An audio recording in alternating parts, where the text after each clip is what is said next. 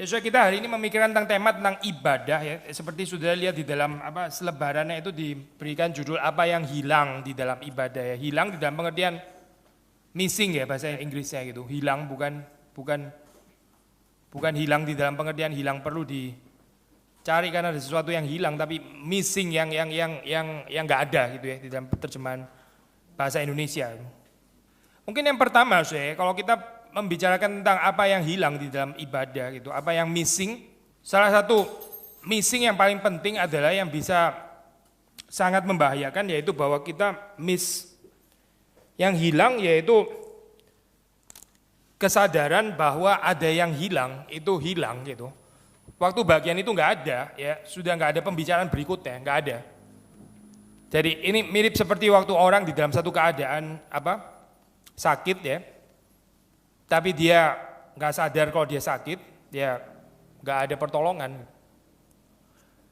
Beberapa waktu lalu di perjalanan di train ya, sempat waktu itu istri saya ada sempat ngobrol-ngobrol sama satu orang, mungkin dia kayaknya bukan orang Kristen gitu. Dia melayani orang-orang yang kena kecanduan tentang obat-obat terlarang gitu ya, kecanduan obat-obat terlarang. Lalu di dalam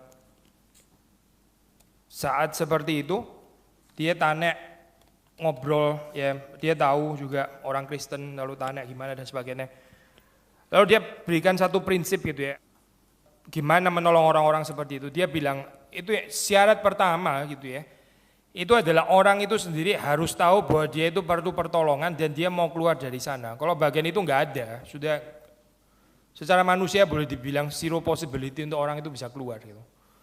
Ya, jadi orang yang nggak mengasihani dirinya sendiri, orang yang nggak mengasihi jiwanya sendiri, orang lain mesti mengasihi dia lebih daripada jiwanya, itu sulit saya, akan sangat nggak efektif di dalam pengertian ini. Jadi ya pendahuluan yang pertama apa yang hilang? Yang hilang mungkin bisa adalah pertanyaan tentang apa yang hilang itu sudah hilang. Kalau itu hilang ya nggak ada pembicaraan berikutnya. Tapi kalau kita mulai sadar ya apa yang hilang, ya mulai memikirkan, mulai menggumulkan, kita bisa ada pengharapan, kita bisa ada pertolongan dari Tuhan. Ibadah di dalam banyak aspek, kita membatasi, saya tulis 1, 2, 3, 4, 5, 6, mungkin sekitar 8 ya, 7 sampai 8. Salah satu yang paling penting di dalam ibadah itu yang boleh nggak ada adalah the glory of God atau presence of God. Di dalam bahasa Perjanjian Lama itu pakai istilah glory cloud, itu cloud of glory, awan kemuliaan, menyatakan kehadiran Allah. Kalau kita membaca di dalam Keluaran misalnya, Keluaran pasal yang ke-40, kita buka di Keluaran pasal yang ke-40, mulai dari ayat 34-35 di situ. Lalu awan itu menutup karena pertemuan dan kemuliaan Tuhan memenuhi kemah itu, sehingga Musa tidak dapat memasuki kemah pertemuan, sebab awan itu hinggap di atas kemah itu, dan kemuliaan Tuhan memenuhi kemah. Ya, sudah melihat di situ ini ya, ada kemuliaan Tuhan, lalu ada awan ya, maksudnya yang merepresentasikan kemuliaan Tuhan, itu memenuhi tabernakel. Kalau saudara membaca di dalam cerita revival ya, true revival ya, maksudnya bukan yang disebut revival, tapi true revival yang dari Tuhan. Itu salah satu yang selalu ada menjadi ciri khas di situ adalah kesadaran yang dalam akan kehadiran Tuhan. Not just any kesadaran Tuhan itu ada. Itu ya semua kita tahu Tuhan memang ada begitu ya. Tuhan itu hadir dan seterusnya. Kita tahu gitu, tapi itu kesadaran yang dalam bahwa Tuhan itu hadir dan Tuhan betul-betul hadir secara intens di sana ya. Kehadiran Tuhan di dalam pengertian yang khusus ya, di dalam pengertian yang extraordinary. Bukan kehadiran Tuhan dalam pengertian maha hadir, ya memang dia hadir di mana-mana, kita tahu Tuhan selalu maha hadir, dimanapun dia ada, tapi kehadiran yang intens gitu, kehadiran yang extraordinary. Kalau kita membaca di dalam Alkitab, saya itu membedakan dua hal ini ya, antara kemahahadiran yang let's say general dan universal ini ya, kemahahadiran, dengan kehadiran yang khusus ya, kehadiran yang khusus.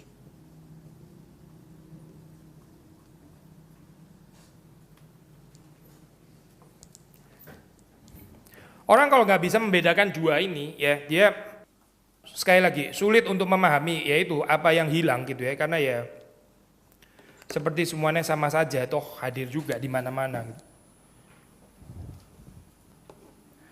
Kita di dalam tradisi Protestan biasanya sudah mengatakan kan kita bisa berdoa di mana saja, begitu kan ya, betul kan ya? Memang betul Tuhan kita bisa berdoa di mana saja gitu.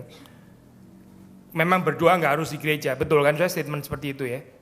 Tapi bukan berarti ya statement seperti ini mau mengatakan bahwa nggak ada kehadiran Tuhan yang khusus di dalam baitnya gitu. Dan waktu Yesus datang, even waktu dia mengatakan kepada perempuan akan tiba saatnya orang tidak menyembah di gunung ini dan gunung itu gitu ya, tapi menyembah di dalam roh dan kebenaran. Yesus nggak berusaha untuk menulify atau menggagalkan, mengcancel, abrogate kehadiran yang khusus dari Tuhan. Itu nggak mungkin itu akan selalu terjadi seperti itu ya. Jadi ada perbedaan antara kehadiran Tuhan yang gradually itu ya, kehadiran intens ya, kehadiran Tuhan juga bisa dipadamkan Roh Kudus ya, dipadamkan, dia bisa withdraw, dia bisa menarik diri, kalau didukakan dia bisa menarik diri dan sebagainya. Itu berarti ada kehadiran yang gradual gitu. Bukan cuma di dalam konsep kemahadiran, tapi kehadiran yang bagaimana? Kehadiran yang memberkati, kehadiran yang senang atau ketidakhadiran ya, dan seterusnya dan seterusnya. Ada perbedaan waktu dikatakan Tuhan itu menyinarkan wajahnya ya, atau Tuhan memalingkan wajahnya. Itu ada perbedaan. Jadi sekali lagi saya, poin yang pertama itu berurusan dengan presence of God atau the glory of God atau the presence of the glory of God ya, khususnya dalam tradisi Exodus. Kalau sudah melihat di situ di dalam Keluaran ini pasal yang terakhir, itu klimaksnya itu menuju kepada tabernakel ya. Jadi itu Exodus kan cerita Keluaran ya, keluar daripada perbudakan Mesir. Lalu menuju kemana? Itu persiapan menuju kepada tabernakel. Itu tabernakel itu sebetulnya merupakan satu pendahuluan daripada nanti bait suci yang akan didirikan oleh Salomo itu ya. Bait suci itu diantisipasi terlebih dahulu oleh tabernakel di dalam Exodus. Lalu saudara membaca di dalam Leviticus atau di dalam Imamat, itu mulai ada pembahasan tentang aturan-aturan tentang imam, tentang kekudusan dan sebagainya, semuanya berkaitan dengan presence of God ini, holiness dan sebagainya. Ya, poin yang pertama saya. Poin yang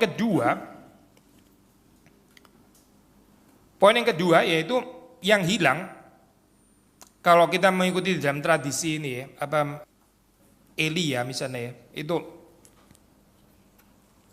undivided heart, itu apa ya saya? Hati yang tidak bercabang. Hati yang tidak bercabang. Kalau sudah baca di dalam cerita apa itu saya, Elijah ya, itu ada perkataan di situ dikatakan waktu Elia menantang ya orang-orang Israel, berapa lama lagi kamu, apa ya bahasa Indonesia ya, kita baca bagian itu aja saya. Lalu Elia mendekati seluruh rakyat Israel Yeah. dan berkata, berapa lama lagi kamu berlaku timpang dan Yeah. bercabang hati? Berlaku timpang dan bercabang hati ya. Berlaku timpang dan bercabang hati. Berlaku timpang itu maksudnya apa sih? Orang jalan timpang ya. Kenapa orang bisa jalan timpang? Kenapa sih? Karena kakinya pendek sebelah, begitu ya salah satu ya. Memang bisa gitu. Tapi kayaknya orang Israel bukan di dalam pengertian kakinya pendek sebelah gitu. Tapi kenapa orang bisa berjalan timpang? Saudara pikir karena apa? Halo? Kenapa orang berjalan timpang? Ada kaitannya sama bercabang hati. Maksudnya apa sih? Orang berjalan timpang karena menginjakkan kaki di dua tempat. Dia mau dapat dua-duanya. Akhirnya timpang. Ya, gak bisa menginjak ke dua tempat sekaligus seperti itu. Itu fondasi yang dua yang berbeda. Pijakan mungkin tingginya lain, strukturnya lain, teksturnya lain dan sebagainya. Akhirnya orang berjalan timpang. Ya itu artinya ya itu cabang hati itu ya. Orang bercabang hati karena mau dapat ini, mau dapat itu, mau dapat Yesus, mau dapat Mamon, ya, mau dapat ini dan mau dapat itu, ya supaya sintesis itu dapat semuanya. Tapi di dalam konsep Alkitab itu nggak ada, kemungkinan seperti itu nggak ada sebetulnya. Kalau sudah baca di dalam tulisan Mazmur juga ada ini ya, permintaan daripada Mazmur supaya Tuhan memberikan kepadaku undivided heart, berikan kepadaku hati yang tidak bercabang. Kaitannya apa so ini sama worship ya? Kaitannya adalah Orang yang hatinya bercabang itu akan cenderung melihat ibadah itu sebagai salah satu di antara laci-laci kehidupan yang lain. Ya, ini cuma salah satu laci daripada laci-laci yang lain. Ya. But secara sphere kita setuju ya. Memang orang nggak beribadah ke hari Minggu itu nggak setiap hari. Memang orang kan nggak setiap hari ke gereja. Ada tanggung jawab keluarga, ada tanggung jawab sebagai warga negara, ada tanggung jawab studi, ada tanggung jawab pekerjaan, ada even leisure time dan sebagainya. Ada aspek ini dan itu, even hobi dan sebagainya. Memang banyak seperti kayak banyak aspek gitu ya, banyak aspek. Tapi Alkitab kan memberikan keterangan kepada kita bahwa ibadah itu sebetulnya di dalam pengertian yang totalitas juga, pengertian yang seluruhnya, berarti itu bukan cuma hari Minggu, tapi seluruh kehidupan kita itu sebenarnya adalah satu ibadah di hadapan Tuhan kan. Meaning ya, kita nggak bisa menempatkan ibadah itu sebagai one among others, seperti kita nggak bisa menempatkan Tuhan sebagai one among others ya, a little bit Jesus here and there, lalu a little bit Mammon, a little bit yang lain dan sebagainya. Gambaran ini ya, gambaran fragmentasi kehidupan seperti ini ya, hidup yang fragmented ya. Jadi diri kita juga jadi ikut fragmented gitu. Kita nggak mungkin menjadi orang yang integrated karena terlalu banyak laci di dalam kehidupan ya. Kompartmentalisasi ya, sudah tahu istilah laci ya, laci tahu ya. Kompartmentalisasi itu metafora yang bagus ya. Laci itu maksudnya apa ya? Saudara buka kan, setelah selesai gimana? Ya ditutup kan ya. Saudara nggak bisa buka laci semua 4 dibuka semua begitu ya. Itu agak sedikit aneh pengalaman kayak gitu. Orang biasa buka satu laci. Kalau mau buka yang lain ini tutup dulu baru buka yang lain, gitu kan ya.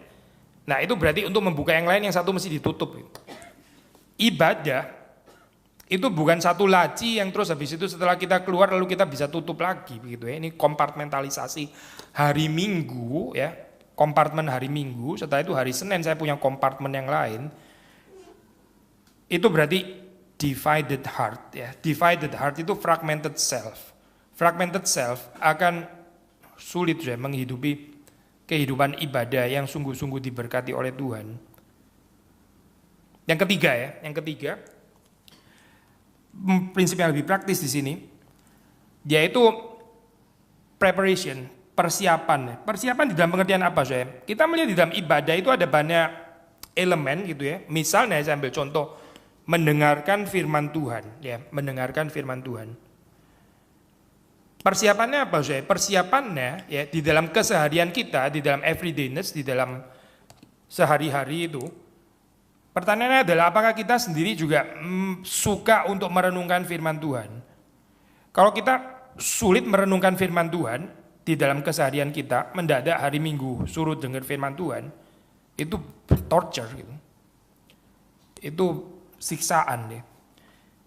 Kalau kita di dalam keseharian kita gak terlalu suka berdoa ya, lalu terus hari Minggu mesti berdoa ya, kita akan cenderung kepingin berdoa itu ya kalau bisa cepet-cepet gitu. Ini kapan selesai nih berdoa kayak begini, lama sekali. Mungkin yang pimpin ini kepingin show off atau apa dan seterusnya. Kadang-kadang memang juga mungkin ada yang kepingin show off juga, mungkin ya.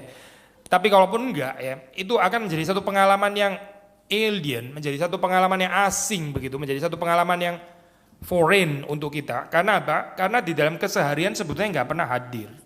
Ya, waktu di dalam keseharian nggak hadir, di dalam hari Minggu ya sulit untuk kita bisa memahami, mengerti, menikmati, menghayati dan seterusnya. Karena itu simply nggak hadir di dalam kehidupan kita sehari-hari.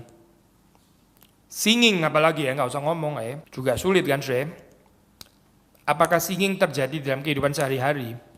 Ya sudah jawab sendiri, saya juga mesti jawab sendiri. Yang keempat, kita menekankan pentingnya prayers ya, prayers khususnya di dalam persiapan ibadah, khususnya prayer yang supporting church ministers. Ini contoh klasik dari Exodus 17 ya. Meskipun di dalam konteks bukan secara khusus di dalam ibadah, memang bukan ya. Tapi sudah mendapati dalam sini ada peran daripada doa dan Tuhan menghendaki demikian ya. Bisa tolong bacain dari ayat 8 saya, dari ayat 8. Tolong bacain ya. Lalu datanglah orang Amalek dan berperang melawan orang Israel di Wasbulu. Musa berkata kepada Yosua, "Pilihlah orang-orang bagi kita, lalu keluarlah berperang melawan orang Amalek. Besok aku akan berdiri di puncak bukit itu dengan memegang tongkat Allah di tanganku." Lalu Yosua melakukan seperti yang dikatakan Musa kepadanya dan berperang melawan orang Amalek. Tapi Musa, Harun dan Hur telah naik ke puncak bukit. Dan terjadilah apabila Musa mengangkat tangannya, dibuatlah Israel. Tapi apabila ia menurunkan tangannya, dibuatlah Amalek. Maka penatlah tangan Musa. Sebab itu mereka mengambil sebuah batu, diletakkannya di bawahnya, supaya ia duduk di atasnya. Harun dan Hur menopang kedua belah tangannya, seorang di sisi yang satu, seorang di sisi yang lain, sehingga tangannya tidak bergerak sampai matahari terbenam. Demikianlah Yosua mengalahkan Amalek dan rakyatnya dengan mata pedang. Kemudian berkemah. Ya, sampai situ cukup ya. Jadi, ya ini seringkali dipakai sebagai metafor doa ya di sini ya. Musa mengangkat tangannya dalam pengertian dia memberkati gitu ya. Tapi memberkati, dia nggak bisa memberkati sendiri. Musa itu bukan tanpa Harun dan Hur di dalam bagian ini ya. Musa sangat sadar bahwa ini adalah sedang terjadi peperangan di bawah begitu ya. Dan dia menjalankan bagiannya, menjalankan perannya. Tapi kalau saudara melihat di sini, Musa sendiri juga nggak sanggup. Dia perlu ada Harun dan Hur yang menopang, ya. Supporting pelayanan daripada Musa itu. Tapi nggak kalah menarik kalau saudara melihat ayat 12 ya, di situ dikatakan sampai matahari terbenam. Ya, berarti ini ada proses yang panjang begitu, bukan Musa mengangkat tangan terus 2 menit langsung mati semua begitu ya, selesai. Langsung menang gitu, tapi itu betul-betul satu pertempuran dan Tuhan mengizinkan proses yang lama. Ini ada struggle di situ saya, dan Tuhan seperti menyerahkan ya kondisi kemenangan itu kepada Harun, Hur dan Musa ya, yang memberkati Joshua yang sedang ada di bawah sana itu. Kemenangannya atau kekalahannya tergantung 3 orang yang ada di atas itu. Tergantung Tuhan itu sudah pasti saya, tergantung Tuhan, nggak usah ngomong lagi, itu sudah pasti gitu. Tapi Tuhan memberikan ruang yang sangat besar di dalam diri Musa, Harun dan Hur untuk berbagian di dalam peperangan ini. Seperti kayak seolah-olah Tuhan menyerahkan di dalam tangan mereka. Tuhan di mana di sini ya? Kalau sudah melihat itu menyeberang Laut Merah ya, jelas kan ya. Maksudnya Israel helpless, Musa juga nggak bisa apa-apa. Lalu Tuhan sendiri yang bergerak ya, itu menguakkan Laut Merah semalam-malaman ya, dengan angin ruah di dalam bahasa Ibrani itu bisa diterjemahkan roh, breath, nafas, angin ya. Di situ konteks yang paling cocok adalah angin memang. Angin ya. Lalu tapi di sini kalau sudah melihat kita nggak melihat gambaran Allah yang bekerja sendiri tanpa memakai siapapun, tapi di sini justru kita melihat itu ada pada Musa, Harun dan Hur. Sementara Tuhan seperti ya nggak terlalu kelihatan di sini ya perannya. Yang berperan yaitu diserahkan di sini dalam tangan Musa, Harun dan Hur. Dan so ini kalau kita tafsir di dalam ini ya, di dalam penghayatan pentingnya doa ya di dalam kehidupan orang percaya, itu seperti Tuhan juga menyerahkannya di dalam tangan kita gitu. Di dalam doa kita maksudnya, bagaimana kita berdoa ya itu kemenangannya atau kekalahannya. Kalau nggak berdoa ya kalah, kalau berdoa ya menang begitu ya.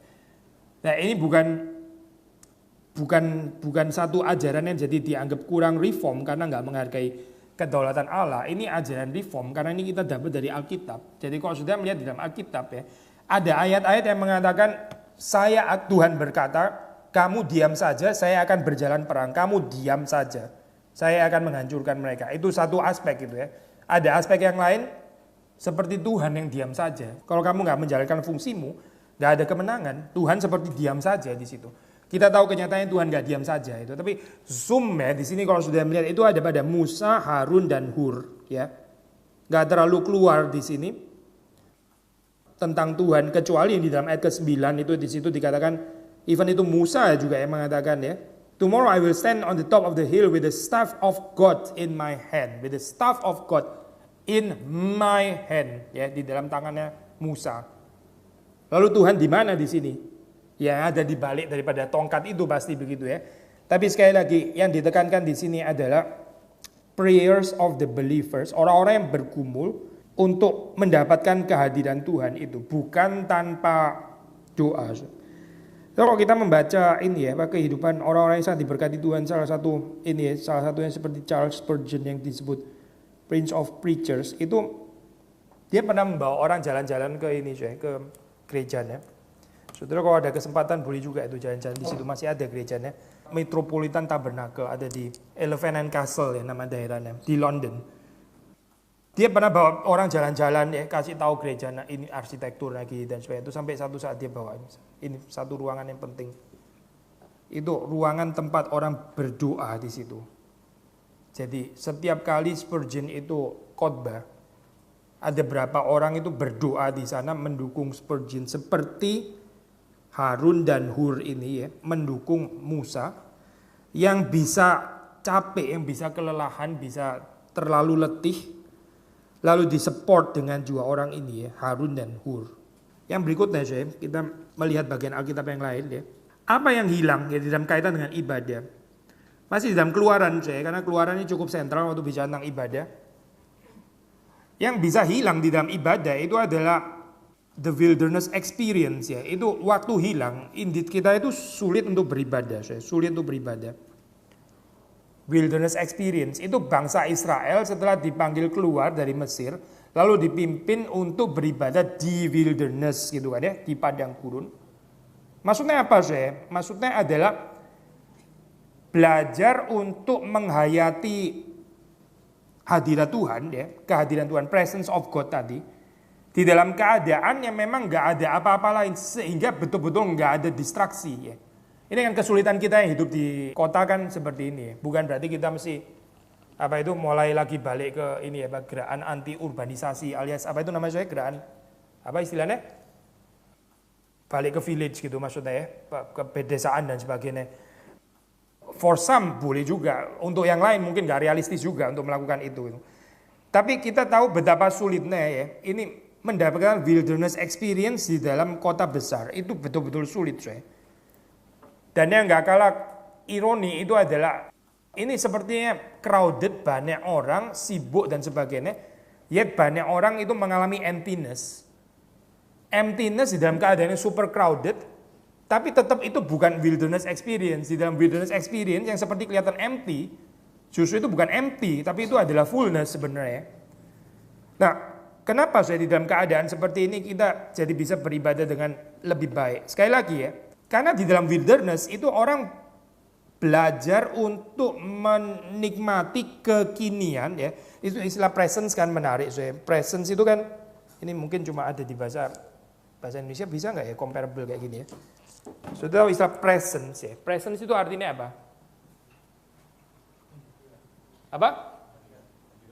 Oh hadiah, boleh juga sih hadiah. Oke, presence gift juga termasuk ya. Oke, givenness saya nggak mau ke sini sebenarnya. Tapi ini boleh juga. Ini juga theologically beautiful gitu ya.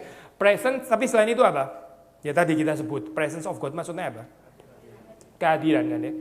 Tapi presence juga bisa dimaksud dalam pengertian present dekat dengan present sekarang gitu. Present, the very present. Maksudnya itu bukan past, bukan future, tapi present, sekarang ya.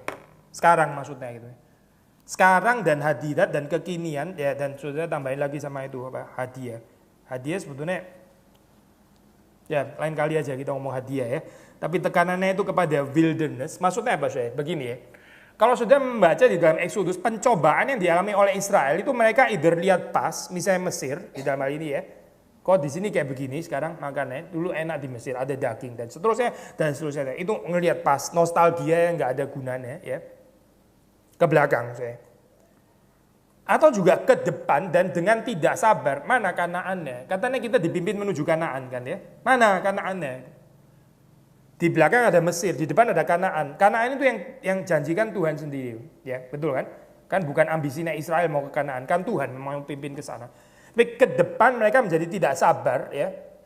Bukan cuma tidak sabar, kita tahu waktu Tuhan mau pimpin mereka jadi discourage kan ya? Itu sebagian besar itu discourage.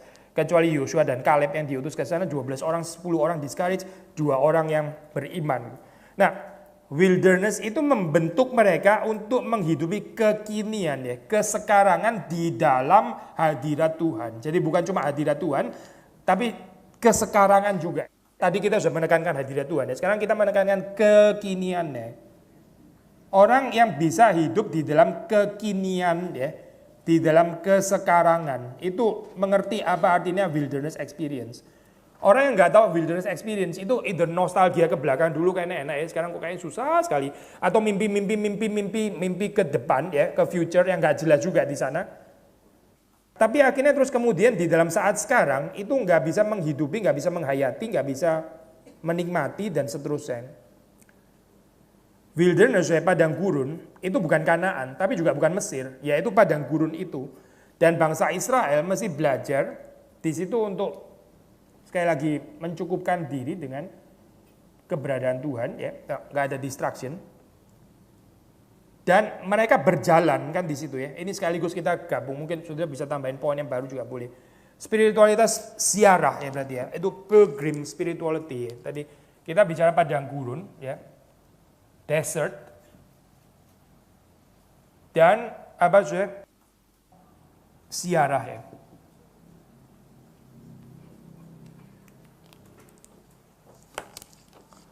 Ziarah itu apa lagi sih? Lebih asing lagi untuk kita ya, lebih asing lagi untuk kita. Kalau di dalam bahasa Inggris itu pakai istilah ascend juga bisa ya, selain pilgrim ascend itu nyanyian ziarah, pilgrim itu musafir begitu ya. Pilgrimage, ascend itu maksudnya dia naik kemana? Naik ke Yerusalem. Yerusalem itu kan naik begitu kan ya, naik gitu. Itu kan naik ke gunung Tuhan. Ascend makanya namanya ya. Nyanyian ziarah. Apa yang terjadi di dalam ziarah itu sebetulnya ya? Kalau saudara perhatiin orang, ya ini komparasi sederhana ya di sini ya. Seperti kayak orang yang apa itu hiking naik gunung dan sebagainya. Tapi sudah di sana kan bukan ke atas terus habis itu mau berdoa kan, enggak juga kan ya. Menikmati pemandangan kan sebenarnya gitu.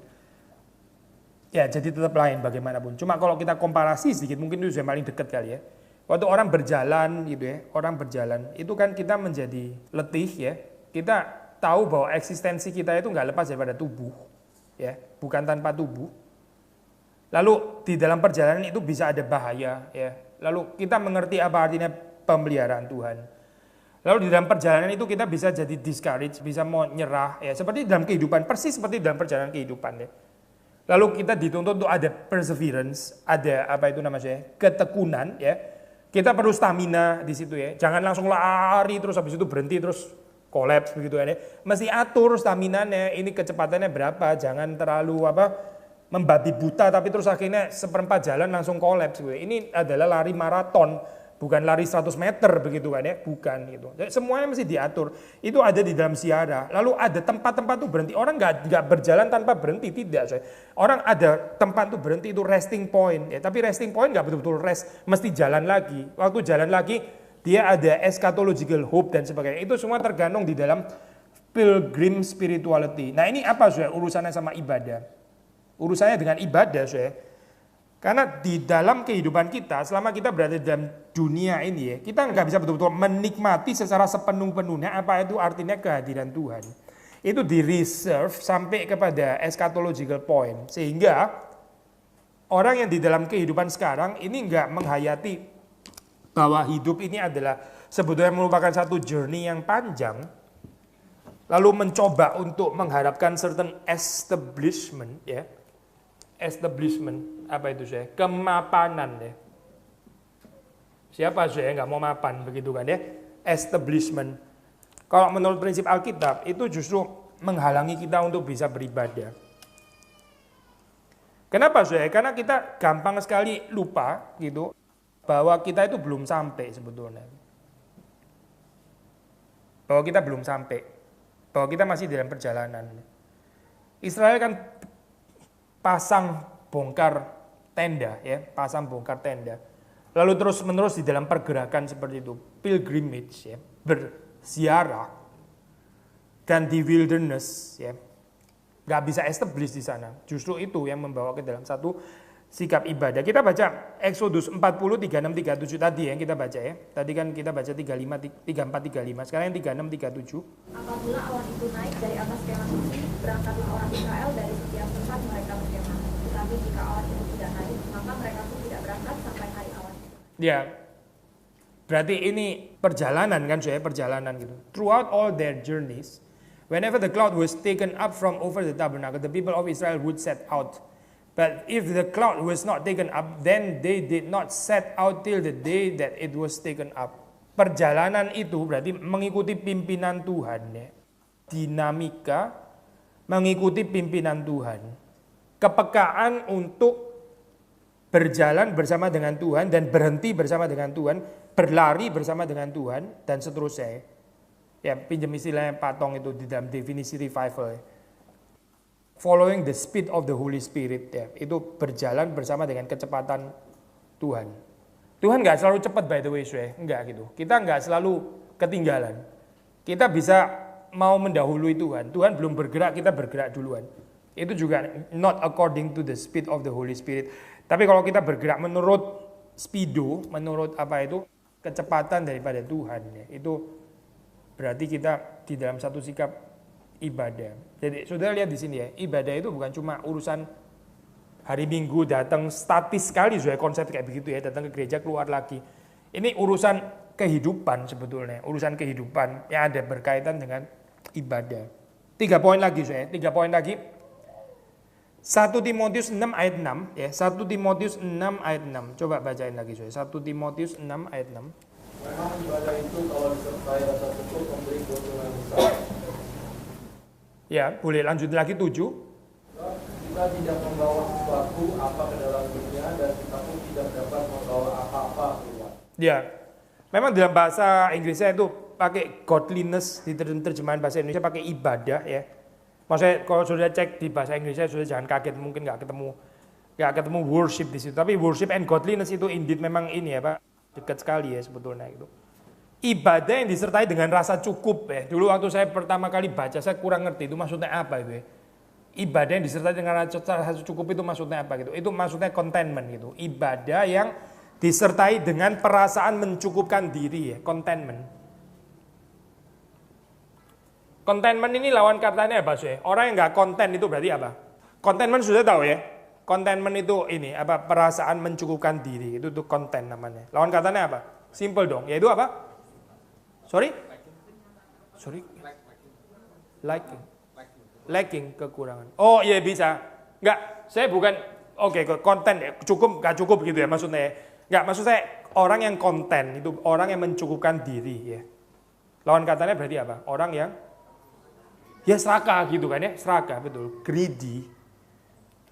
Orang greedy itu nggak bisa beribadah. Kalau menurut Alkitab, ibadah yang disertai dengan contentment itu memberikan kepuasan. Tapi orang greedy kalau mau diterusin ya, nggak mungkin bisa mendapatkan keuntungan yang besar dalam ibadah. Ibadah itu akan sia-sia untuk orang greedy. Dan ini nyambung di dalam ayat berikutnya ya, kalau sudah baca. Kan memang kita nggak bawa apa-apa kan ke dalam dunia. Maka kita juga nggak bawa pulang apa-apa keluar daripada dunia ini. Kita datang dengan telanjang, kembali dengan telanjang ya. Masih sangat berkait sama wilderness tadi. Makanya wilderness ya. Wilderness kenapa saya? Karena orang itu belajar untuk konten di sana. Waktu orang nggak bisa konten, dia nggak bisa beribadah.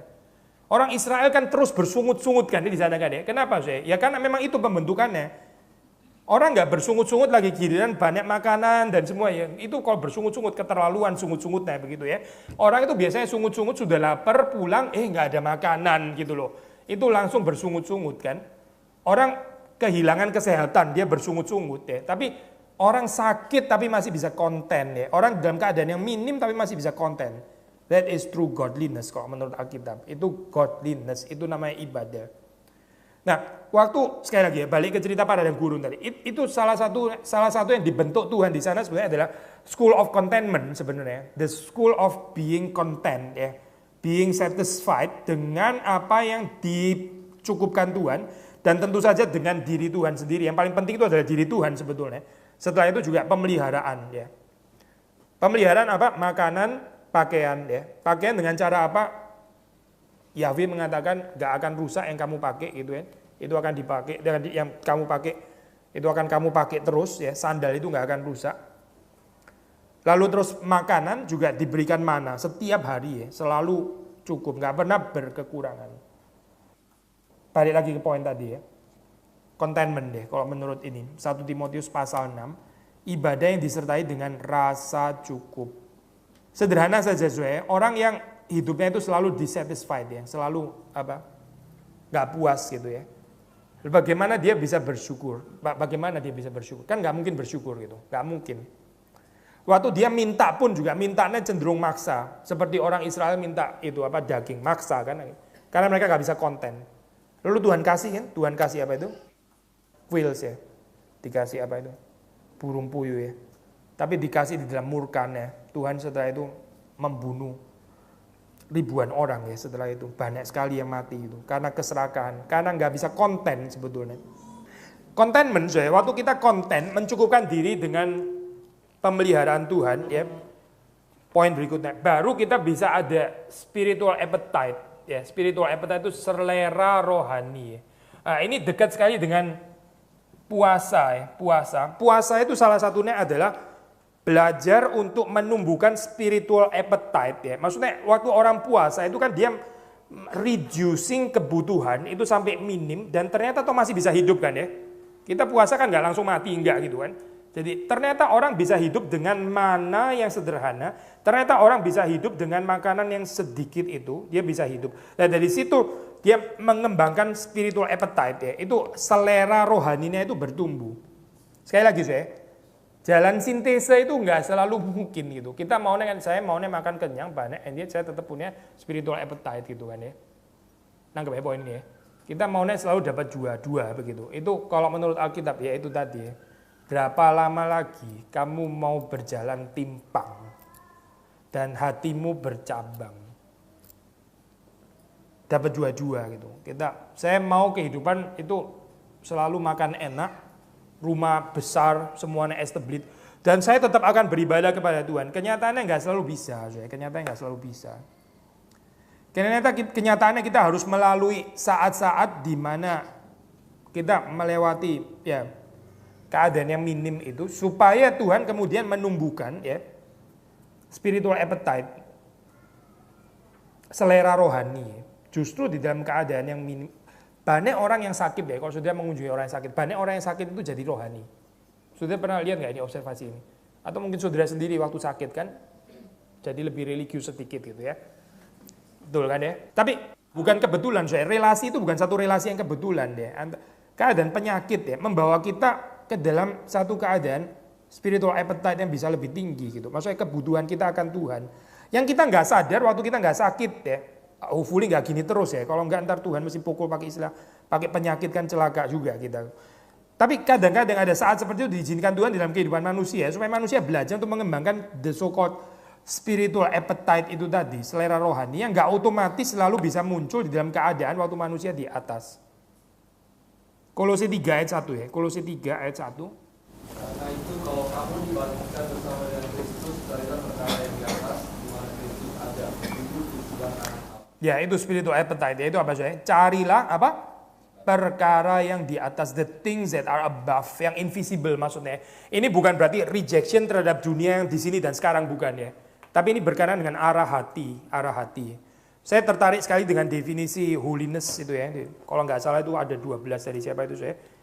G.C. Ryle ya. G.C. Ryle itu tulis tentang aspek-aspek kekudusan ya, diterjemahin momentum itu. Ada satu definisi yang sangat menarik untuk saya, yaitu orang yang kudus itu apa itu? Orang yang memegang dengan tangannya ya. Ini saya agak bebas ya. Itu barang-barang di dunia itu memegang. A very loose hand. Bukan nggak pegang, pegang, tapi pegangnya itu dengan a very loose hand. Maksudnya bukan begini gitu ya. Ini namanya possessive and obsessive gitu. Dia pegang, bukan nggak pegang. Dia berurusan dengan dunia, tapi berurusan dengan a very loose hand. Karena hatinya itu terikat di sorga. Hatinya itu ada di sorga, bukan di dunia, tapi di sorga. Tapi bukan berarti hatinya di sorga lalu dia nggak urusan sama dunia sini dan sekarang. Berurusan, dia memegang. But again, with a very loose hand, Ya, ini seperti dekat sekali dengan perkataan Paulus ya, yang kita mesti mengerti dalam konteks yang benar. Orang yang beristri seolah-olah apa? Orang yang beristri seperti tidak beristri. Orang yang membeli seperti tidak membeli. Orang yang memiliki seperti nggak memiliki gitu. Berarti apa sih? Itu tadi with a very loose hand. Ada certain apa sih? Distant atau detach ya, detach kali ya. Apa itu istilahnya saya? Ya itu sudah ngerti ya maksudnya. Ada certain detachment gitu. Karena direlativisasi oleh Tuhan. Nah ini ayat mesti dimengerti dengan benar ya. Ini karena bisa gampang sekali di-abuse gitu. Beristri seolah tidak beristri. Maksudnya apa ya? Oh itu dia nggak terobsesif dengan urusan keluarga gitu, enggak. Nggak terobsesif dengan urusan ini, apa pacar dan sebagainya, enggak. Karena bikin nggak bisa beribadah. Karena jadi nggak bisa seek the things that are above. Jadi kacau. Saya selalu ingetin orang-orang yang ini ya, saya mau nikah itu apa? Biasanya kan konseling pribadi dulu itu. Poin yang saya sering ulang-ulang yaitu hati-hati ya, jangan ntar setelah nikah terus habis itu setelah nikah kamu masuk ke dalam daun kelor, dunia jadi sempit sekali gitu. Jadi life reduction instead of life enrichment. Mestinya kan life enrichment kan. Orang nikah itu life enrichment. Ini malah life reduction ya. Makin sempit masuk ke dalam urusan keluarga yang nggak selesai-selesai, akhirnya nggak bisa sharing life lagi dengan orang lain kecuali dengan istrinya, dengan suaminya, belum lagi ntar kalau punya anak, puter-puter di situ terus begitu ya. Seperti kayak lebih baik nggak menikah daripada menikah sebenarnya gitu. Karena setelah menikah terus jadi masuk ke dalam eksklusivisme ya, yang nggak bisa dinikmati oleh orang lain lagi gitu, masuk ke dalam dunianya sendiri. Dan makin lama makin dalam. Paulus bilang yang beristri seperti tidak beristri. Spiritual appetite ya, soalnya tadi yang kita mau tekankan maksudnya, spiritual appetite. Di dalam bagian firman Tuhan yang lain, di dalam New Testament juga dikatakan ya, berpisah sementara waktu ya, ada baiknya supaya kamu bisa berdoa ya. Sudah pernah bacakan ayat seperti itu ya. Berpisah, bukan bercerai maksudnya, tapi sementara waktu berpisah supaya kamu bisa berdoa gitu. Berarti ini ada kaitannya semua ya. Kalau saudara kaitin secara integrated tadi ya, kita semua ngomong poin-poin tadi itu sangat saling berkaitan. Ada certain detachment gitu. Dan berkaitan dengan spiritual appetite yang terus-menerus bertumbuh seharusnya di dalam kehidupan kita. Terakhir, apa yang hilang dalam ibadah despite semua perkataan atau refleksi kritikal tadi ya. Kita juga mesti tetap belajar untuk bersyukur untuk adanya pekerjaan Tuhan. Saudara jangan lihat semuanya hilang-hilang sampai terus akhirnya itu bawa kita ke dalam satu sikap sinis, kritikal ya. Lalu terus pokoknya nggak beres saja semuanya. Itu jadi kehilangan ucapan syukur namanya. Kehilangan ucapan syukur atas pekerjaan Tuhan. Gereja itu nggak sempurna. Selama gereja masih di dalam dunia, gereja itu nggak sempurna. Tapi jangan karena gereja nggak sempurna, lalu kita jadi nggak bisa bersyukur, lalu kita nggak bisa melihat anugerah Tuhan sama sekali. Itu beware sin of discouragement and sin of disappointment ya, yang akhirnya membawa kita kepada sikap yang sungut-sungut tadi ya. Kalau kita baca di dalam itu bilangan ya, itu ada itu tadi cerita Kaleb dan Yosua ya. Dan 10 orang yang lain yang jadi discourage waktu mereka melihat tanah Kanaan yang dijanjikan itu ya. Mereka discourage. Mereka disappointed ya, nggak bisa melihat anugerah Tuhan, pekerjaan Tuhan ya. Despite adanya kekurangan, despite adanya kesulitan, despite adanya challenge, hambatan dan sebagainya, mereka nggak bisa lihat itu. Mereka faithless ya. Tapi Yosua dan Kaleb itu menguatkan ya orang-orang Israel. Kita baca bagian ini saya, bagian yang terakhir. Numbers 13, 30 sampai 33 ya. Numbers 13, 30 sampai 33. Kemudian Kaleb mencoba menentukan hati bangsa itu di hadapan Musa. Katanya, tidak, kita akan maju dan menduduki negeri itu, sebab kita pasti akan mengalahkannya. Tapi orang-orang yang pergi ke sana bersama-sama dengan dia berkata, kita tidak dapat maju menyerang bangsa itu karena mereka lebih kuat daripada kita. Juga mereka menyampaikan kepada orang Israel kabar busuk tentang negeri yang diintai mereka dengan berkata, negeri yang telah kami lalui untuk diintai adalah suatu negeri yang memakan penduduknya, dan semua orang yang kami lihat di sana adalah orang-orang yang tinggi-tinggi perawakannya. Juga kami lihat di sana orang-orang raksasa, orang enak yang berasal dari orang-orang raksasa, dan kami lihat diri kami seperti belalang, dan demikian juga mereka terhadap kami. Ya, saudara perhatiin ya di sini ya. Inilah gambaran sesungguhnya tentang apa itu namanya cowards, pengecut ya begini. Cowards. Pengecut ya. Itu di dalam Alkitab pakai istilah be courageous ya. Be courageous. Courage. Lawan katanya yaitu cowards ya. Apa itu?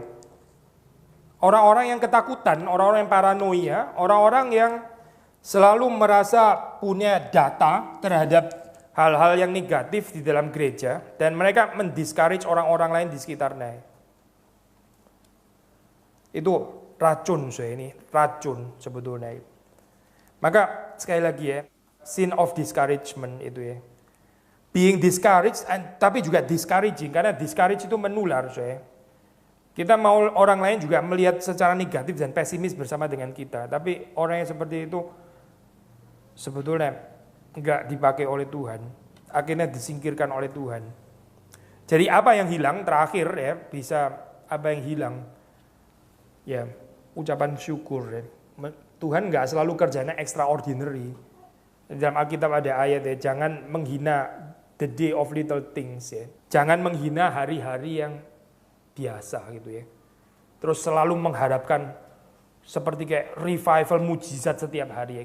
Kita mengharapkan revival, tapi kita juga mengharapkan pekerjaan Tuhan yang kelihatan seperti biasa. Gitu.